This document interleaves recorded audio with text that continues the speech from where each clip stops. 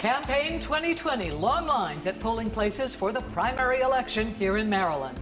Hello, I'm Denise Koch. And I'm Vic Carter. Because of the coronavirus, Election Day is quite different this year. Most Marylanders are voting by mail, but for those who did not get a ballot, the polls remain open for 4 more hours. WJZ is live at one polling location in West Baltimore. Paul Gessler shows us how in-person voting is going so far. Paul.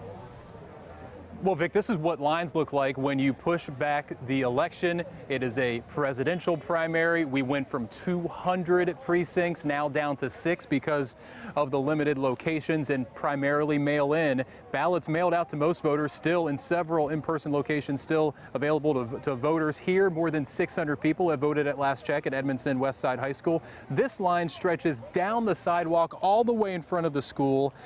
I'm told it's about an hour and a half long wait. Elections officials are expecting a relatively high turnout.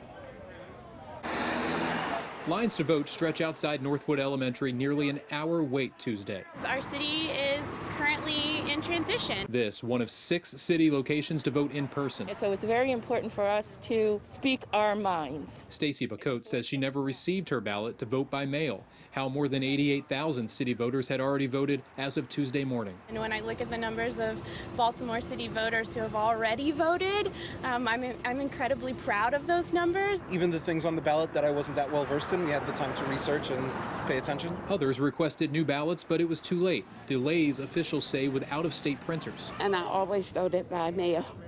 And please send me another. And it never arrived. You have some challenges that you have to work through. City elections officials expect a bigger turnout than last presidential primary, which was 45%. Results in close races may not be as quick as some ballots, which need to be postmarked Tuesday, won't arrive for days. And with the numbers we have, that may tell a story, it may not. Mayor is a huge race this year. And we've made some poor choices, and I think that we have a chance to move forward. In the backdrop of protest and the pandemic, the in-person polls remain open through 8 o'clock. It's a heavy election, and I think it's weighing on everyone. And if you didn't feel empowered to vote before, I hope you feel more empowered to vote now.